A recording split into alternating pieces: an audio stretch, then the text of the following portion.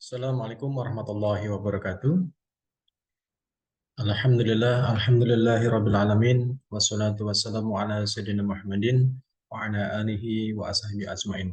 Amma ba'd.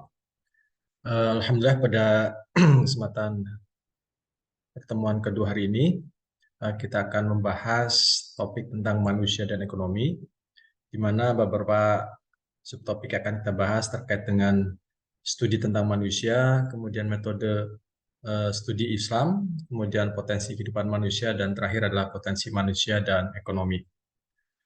Sebagaimana sudah ketahui bahwa kita kenapa perlu ya memahami tentang manusia, karena dalam beberapa teori ekonomi ya, apa itu oleh Keynes, Alfred Marshall dan sebagainya, itu dijelaskan bahwa Alfred Marshall sendiri mendefinisikan ekonomi adalah sebagai ilmu yang mempelajari tentang umat manusia ya dalam urusan hidup yang biasa. Yang jelas juga kalau kita lihat dari beberapa teori tersebut ya kembali pada bagaimana ilmu ekonomi itu adalah ilmu yang mempelajari tingkah laku manusia dan memenuhi kebutuhannya dengan kebutuhan manusia yang tidak terbatas. Artinya saudara bahwa bicara ekonomi tentu bicara tentang human behavior, tingkah laku manusia yang dimana manusia sebagai objek dan subjek. Kemudian di mana manusia memiliki needs ya, dan di situ ada resources, sumber daya ekonomi, apa itu sumber daya alam, sumber daya manusia, sumber daya modal, teknologi dan sebagainya. Dan masalah yang ada dalam ekonomi adalah scarcity, kelangkaan, ketidakmampuan antara sumber daya ekonomi dalam memenuhi kebutuhan manusia. Sehingga di sini aktivitas ekonomi pada diri manusia adalah bagaimana choice ya, memilih mana yang lebih tepat, ya lebih efisien, efektif dan sebagainya, ya tentu dengan kemampuan daya beli dan sebagainya. Sehingga di sini jelas berkaitan dengan definisi tentang ekonomi, maka itu berkaitan dengan masalah subjek dan objeknya adalah manusia. Kemudian yang lain kita lihat bahwa kesalahan dalam melakukan studi tentang manusia ya tidak akan melahirkan asumsi atau kesimpulan yang salah tentang manusia, namun juga akan melahirkan kesalahan dalam merumuskan sebuah sistem kehidupan. Karena kalau kita bicara tentang ilmu dan sistem saudara, ya kalau mungkin ilmu sifatnya lebih universal ya, kemudian bebas nilai dan sebagainya. Makanya kalau dalam pandangan Islam ini ilmu dan sistem itu satu hal yang berbeda ya. Nah, kalau ilmu sains seperti fisika, kimia, matematik dan sebagainya itu dikatakan sebagai ilmu atau saintik. Tapi kalau berkaitan dengan masalah ekonomi, sosial politik, budaya, ya, kemudian hukum dan sebagainya, ini adalah cara pandang tentang kehidupan. Dan bagi yang sudah pernah mengambil mata kuliah sistem ekonomi akan kelihatan pandangan ideologi tertentu, apa itu ideologi kapitalis, ideologi sosialis, ya, termasuk bagaimana pandangan Islam terhadap masalah tersebut, sehingga inilah yang kemudian bagaimana kemudian manusia akan menerima semua akibat kesalahan penerapan sistem itu, ya, tentu akan dibangun dengan landasan teori yang salah. Ya, ini yang akan memecahkan masalah kemiskinan, pengangguran, ketimpangan dan sebagainya.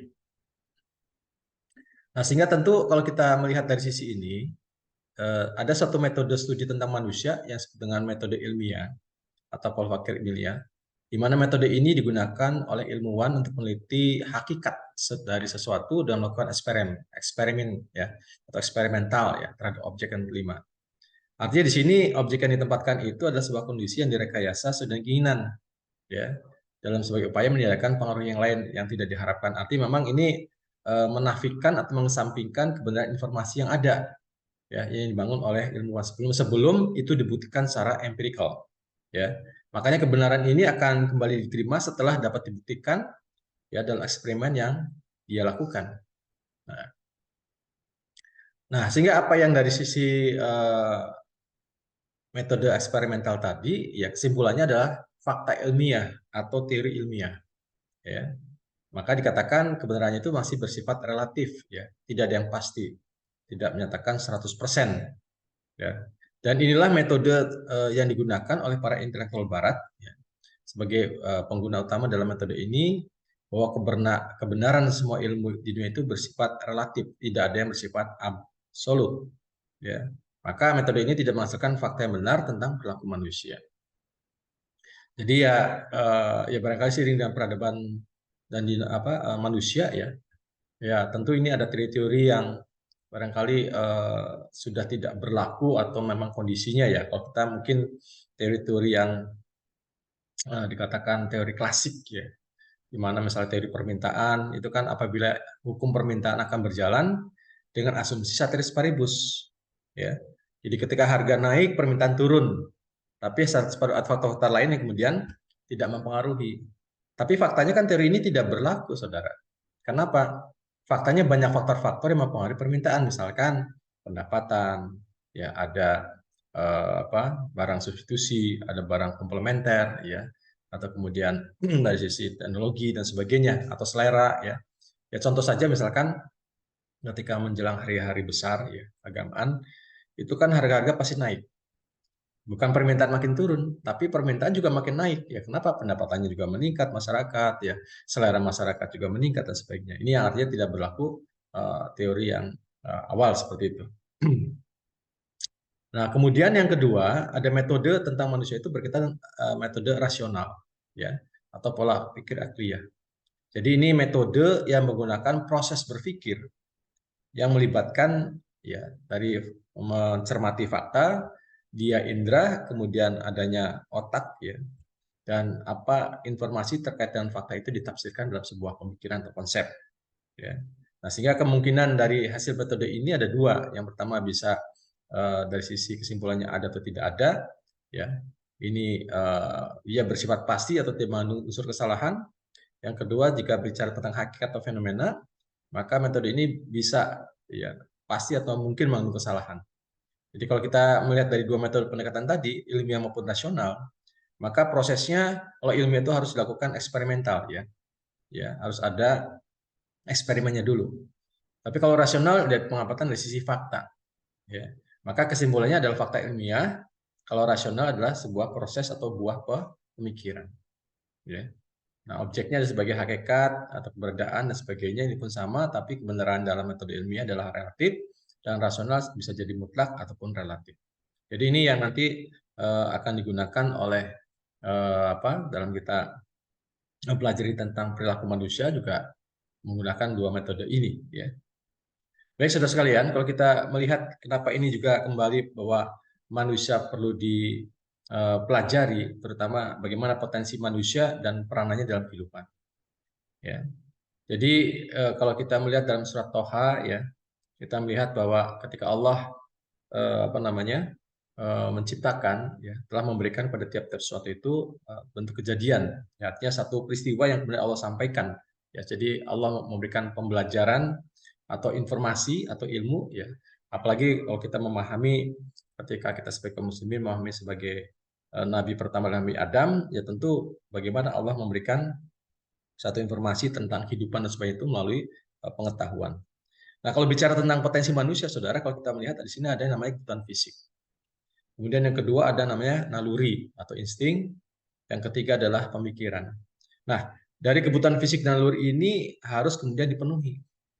Ya, sebagai fitrahnya manusia yang kemudian tentu akan melahirkan sebuah perbuatan. Ya.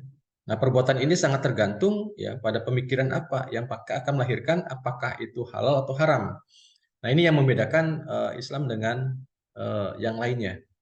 Ya, kalau yang lainnya mungkin atau kita memahami tentang apa itu barang ekonomi, goods and services, ya, barang atau jasa, itu kan hanya sebatas ya barangkali ada nilai tambah ya.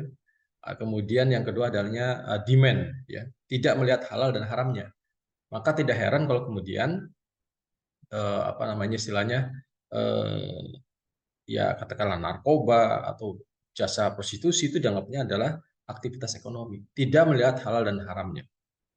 Ya, baik. Kemudian kalau kita melihat dari apa yang tadi dikatakan kebutuhan fisik itu apa sih? Ya. Maka kebutuhan fisik ini sebetulnya adalah merupakan kebutuhan yang lahir akibat ya, reaksi atau sifat kerja struktur organ tubuh manusia. Kita capek, kita ngantuk, kita lapar, kita haus itu kan muncul dari dalam tubuh kita. Ya, coba kalau kita lagi kenyang, dikasih makanan apapun, ya disuguhi misalnya, itu nggak akan merasa mau makan gitu. Beda kalau kemudian kita merasa lapar karena memang ya terutama mahasiswa misalnya belum pada sarapan dan sebagainya, itu kan akan muncul ya, lapar, keluyuran dan sebagainya. Demikian juga kalau kita lelah ya, ngantuk dan sebagainya, itu juga muncul dari reaksi tubuh kita ya. Maka satu keadaan yang kemudian kita ingin tidur, istirahat ya, ingin udara yang lebih nyaman, adanya benda untuk memenuhi kebutuhan tadi ya. Nah, karakteristiknya apa? Apa yang disebut dengan kebutuhan fisik itu muncul tadi saya katakan muncul dari dalam diri manusia ya, tanpa membutuhkan rasa dari luar ya. Jadi memang reaksi dari organ ya tadi, lelahnya kita, ngantuknya kita, kemudian laparnya kita, hausnya kita kan muncul dari dalam diri manusia. Sehingga membutuhkan pemenuhan zat tertentu ya tadi, makanan, minuman sebagainya. Nah, kalau ini kemudian tidak terpenuhi, bisa mengantarkan pada kerusakan organ tubuh. Misalkan ada seorang yang kemudian mogok makan, tidak mau makan berhari-hari, ya tentu dengan sendirinya organ tubuh akan lemah, ya. Kalau nggak makan seterusnya, ya bisa jadi sakit bisa mengantarkan pada kematian. Ini karakteristik dari kebutuhan fisik manusia. Nah, kemudian saudara-saudara yang kedua adalah goriza ya atau naluri.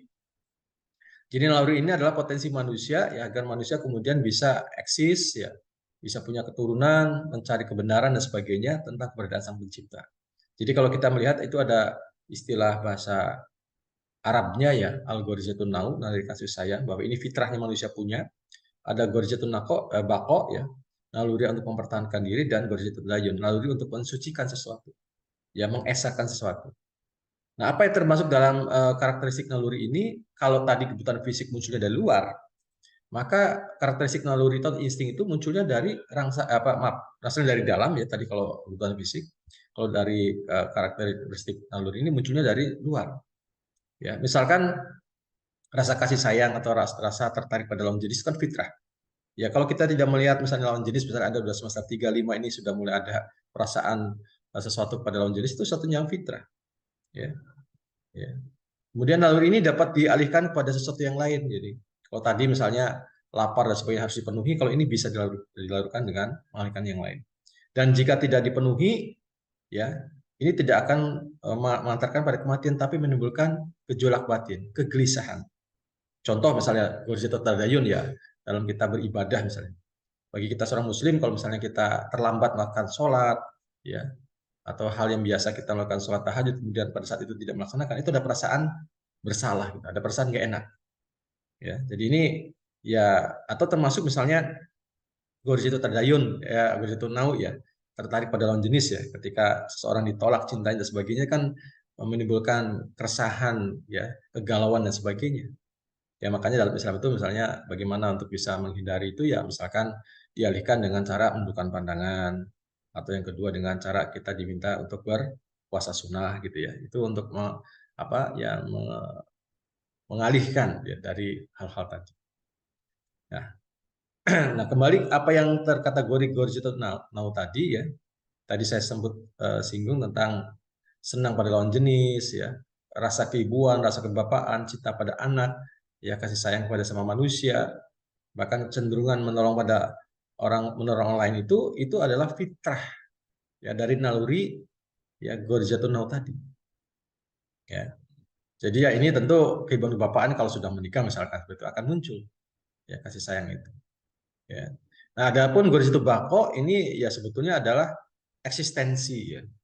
Ada rasa takut, ada rasa ingin memiliki, rasa ingin diperhatikan, ya cinta negeri, waton dan sebagainya, ya cinta kemuliaan, bahkan cinta kekuasaan, ya ini fitrahnya.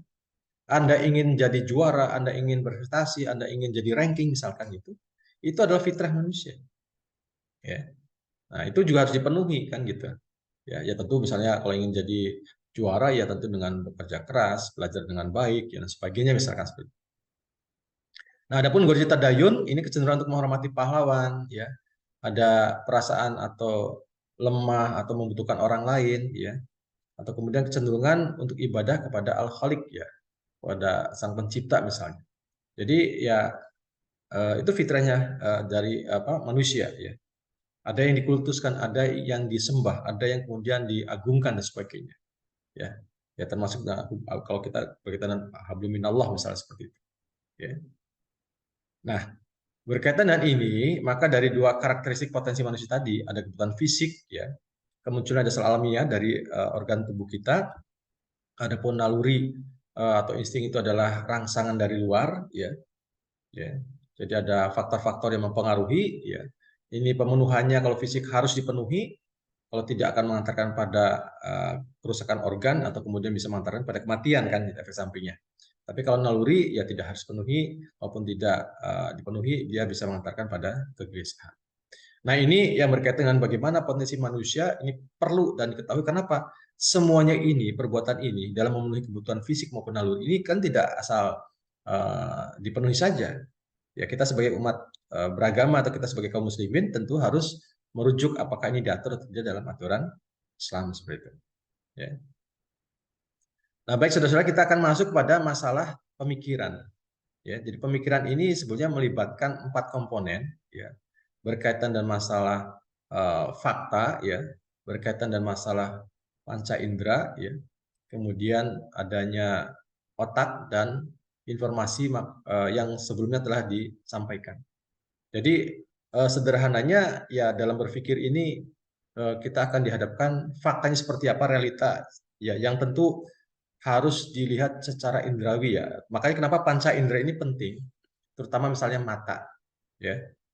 Karena misalnya gini, contoh ketika sekumpulan orang buta diminta mengilustrasikan bagaimana wujud gajah misalnya. Ada satu yang megang belalainya, ada satu megang kakinya, satu megang telinganya, satu megang badannya. Tentu akan berbeda-beda. Ya, karena dia tidak bisa melihat secara normal begitu, ya. Atau mungkin waktu pelajaran apa tuh saya waktu pramuka misalnya, bagaimana bisa membedakan tentang bumbu-bumbu dapur dari penciuman. Apa itu jahe, apa itu kemudian lengkuas, ya, atau laja, bisa atau kemudian kencur, apa itu kemudian kunyit. Itu kita bisa merasakan karena apa? Kita bisa melihat faktanya sebelumnya, ya. Gimana kunyit warnanya, kemudian baunya, gitu ya. Nah itu dan ada informasi yang menyampaikan pada kita, ya terutama misalnya ibu kita dulu, ya ini loh namanya kunyit itu seperti ini loh namanya jahe, ini loh namanya lengkuas atau sebagainya. Sehingga ketika melihat fakta dari sisi realita seperti apa, kemudian kita indra itu bisa kita lihat, bisa kita cium, kita bisa dengar, ya. Bagaimana kalau kita misalnya di kelas, ya ada suara pesawat, kenapa kita mengatakan itu suara pesawat? Karena ya kita melihat faktanya, pernah mendengar suara itu adalah dengar pesawat, ya. Beda dengan suara mobil dan suara motor kan begitu. Ya, jadi pendengaran kita juga akan membantu, ya dari sisi membedakan apa yang kaitan dengan masalah benda. Nah, tentu ini saudara, ya berkaitan dengan pemikiran ini akan menjadi sebuah alat analisis dalam melakukan perilaku, ya.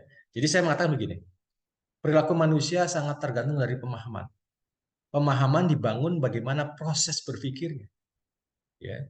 Maka kalau berpikirnya tidak secara Islami, artinya Islam itu artinya begini. Ketika melihat sesuatu itu berdasarkan pada hukum syara, ini diatur enggak, ini hukumnya apa gitu maksudnya. Halal atau haram dan sebagainya. Ya, maka melalui pemahaman yang Islami, maka tidak heran perilakunya pun perilaku yang Islam. Misal ditanya, apa pacaran itu boleh? Nah, kalau orang yang tidak memiliki pemahaman yang artinya ketika memahami tentang dalam Islam misalnya wala taqrabuz zina, dekati zina saja, dan apalagi melihat realitas saat ini, maka mengatakan pacaran boleh, Pak. Kenapa? Ya itu kan happy-happy misalnya begitu. Ya nggak bisa juga begitu.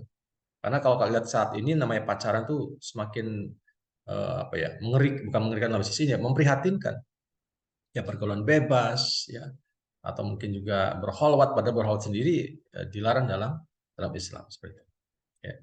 Baik, kemudian kita lanjutkan, saudara sekalian. Nah, ini yang melihat komponen tadi. Nah, kenapa kemudian kita apa istilahnya melihat bahwa potensi manusia ini penting dalam konteks ya tadi, ya. Nah ini sini sebentar, ya. Karena begini, naluri dalam masalah Ghorizatul Tadayun beragama itu ada aturan ibadah. Saya pikir agama non Muslim pun ada bagaimana Tuhan dalam memberikan aturan ibadah kepada Tuhannya kan gitu, ya. Kemudian naluri fitrahnya Ghorizatul Nau, ya kasih sayang. Ini akan melahirkan aturan-aturan sosial, apa itu pernikahan, apa itu warisan.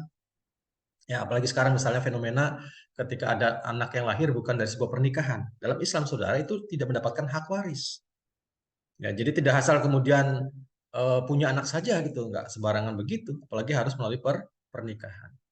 Ya. Demikian juga dalam mempertahankan diri, ya, eksistensi, ingin memiliki harta, ingin pendidikan sebagainya dan sebagainya, itu juga ada aturannya. Ya. Nah, kebutuhan fisik tadi ya, kita untuk kemudian kita makan, kita minum, kita kemudian mengkonsumsi apapun, ini juga ada hal-hal yang diatur. Ya, makanya kenapa tadi di awal kita mempelajari tentang manusia dan ekonomi, karena dengan kita memahami tentang apa itu potensi manusianya, sehingga kita tahu dalam aktivitas kita memenuhi kebutuhan, ya sebagaimana teori, ada needs itu, ya, ada kelangkaan, ya, dan ada pilihan. Nah, pilihan-pilihan tadi yang kemudian harus kita lihat, ini boleh apa enggak misalnya dalam Islam. Ya. Nah, sehingga kalau kita melihat di sini, siapa sebetulnya yang layak, ya, untuk kemudian memberikan aturan kehidupan ini? Apakah manusia, ya, yang jelas menghasilkan kerusakan? Jadi begini, saya selalu mengatakan begini, ketika Allah Subhanahu wa taala menciptakan manusia, maka Allah tidak membiarkan manusia mencari aturannya sendiri kan gitu. Dan disitulah kemudian Allah mengutus para nabi dan rasulnya kepada kaumnya dan kepada kita sebagai umat Islam dengan diturunkannya melalui Nabi Muhammad Rasulullah SAW kan begitu.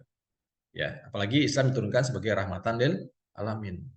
Nah, kalau manusia ini buat kerusakan, kenapa? Misalnya begini, pandangan Barat, ya ideologi kapitalis itu kan memandang tadi tentang barang. Yang penting ada utility, yang penting ada demand, tidak melihat halal haram.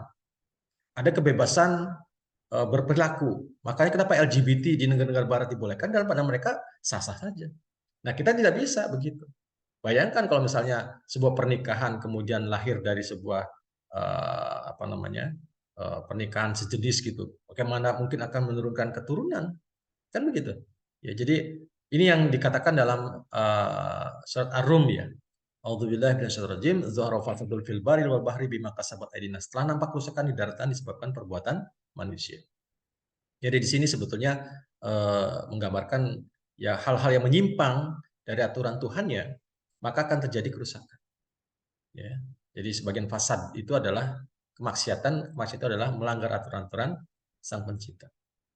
Nah, saudara sekalian, kalau kita melihat di sini, ya dalam Islam tentu berkaitan dengan masalah hablum minallah, maka di sini mengatur aturan kaitan dengan ibadah, sholat, puasa, zakat, haji gitu. Ya, ini aturannya sudah tauqifiyah, sudah dari sono, nggak bisa kemudian ditawar-tawar lagi. Misalnya, sholat subuh kan masih seger ya, kenapa nggak sih 4 rakaat gitu? Ya, sholat isya yang udah lelah, kenapa 4 rakaat nggak 2 rakaat? Ya nggak bisa juga. Ya, atau puasa, kenapa puasa harus dari terbit fajar sampai terbenam matahari? Dibalik saja Pak, biar kita puasanya mulai terbenam matahari sampai terbit fajar, kan tidur enak tuh. Ya nggak bisa juga. Atau haji nggak usahlah ke sana misalnya, hajinya udah ada di Indonesia lebih irit gitu misalnya. Ya, nggak bisa juga gitu. Jadi sudah tauqifiyah, sudah dari sononya aturannya. Nah, termasuk manusia sama manusia ada masalah muamalah. Nah, inilah kita kaitan dengan masalah ekonomi, masalah sistem politik, sistem sosial, sistem pendidikan, sistem hukum dan sebagainya, bahkan politik luar negeri, ini ada aturannya.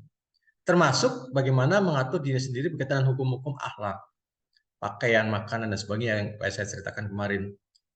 Kenapa hukumnya haramnya khomer, haramnya daging babi kan sudah dijelaskan kan. Bukan karena memabukkan, bukan karena ada gigitannya, tapi Allah sebutkan namal khomru wal maisir dan seterusnya wa waritsun ya. Ya, wa amal itu syaiton ya. Jadi ya Allah katakan haram ya sudah, haram saja gitu. Ya, adapun alasan kenapa itu misalnya khamr itu memabukkan, menghilangkan akal itu kan dampaknya bukan sebab gitu. Ya, jadi ini. Nah, sehingga kalau tuh di sini kita melihat bahwa Allah turunkan Al-Qur'an ya dalam surat An-Nahl ini, A'udzubillahi minasyaitonir rajim, wa nazzalna 'alaikal kitab ya tibyanan likulli syai'. Jadi aku turunkan panu kitab Al-Qur'an ini sebagai penjelas segala sesuatu. Ya tadi, ya kalau ketika pabrik membuat produk akan diberikan buku petunjuk. Anda punya handphone, Anda punya motor baru misalnya, itu akan diberikan buku petunjuknya oleh pabrik tadi. Ya sebagaimana Allah juga memberikan buku petunjuk, yaitu apa? Kitab suci. Ya kalau kitab sucinya bagi orang Nasrani, ya bagi orang Musa, orang Yahudi ada. Termasuk kita bagi umat Islam juga ada. Jadi nggak bebas saatnya begitu, saudara ya. Nah dari sini kemudian, ya maka akan terlihat bagaimana potensi manusia tadi. Ada negosiasi tembakau, insting tadi, ya akan melahirkan keinginan untuk memiliki ya legalitas atas kepemilikan, ya. kebutuhan fisik dalam memenuhi kebutuhan pokok, sandang, papan ini, nah nanti akan dibahas dengan sendiri kaitan irisannya kan, ya itu atau dikajinya dalam sistem atau ilmu ekonomi. Makanya tidak bosan saya katakan tadi kenapa pertemuan kedua ini membahas tentang manusia dan ekonomi, karena kita harus tahu dengan potensi manusia, ya. Terus apa nanti akan dikaji dengan ilmu ekonomi kan, human behavior-nya, tingkah lakunya seperti apa dalam memenuhi kebutuhannya dan sebagainya. Nah, sehingga di sini adanya seperangkat aturan yang akan mengatur ya bagaimana manusia dalam memenuhi kebutuhannya tadi, ya. Nah, ini yang ya jadi ya itulah barangkali ya yang bisa kita diskusikan ya maupun secara singkat ya, mudah-mudahan ini bisa memberikan gambaran yang utuh ya tentang bagaimana manusia dan ekonomi menjadi satu kajian yang sangat penting, sehingga salah dalam memahami tentang potensi manusia dalam memecahkan problematika manusia ya tentu adalah salah ya atau keliru melahirkan sebuah konsep atau teori yang ada.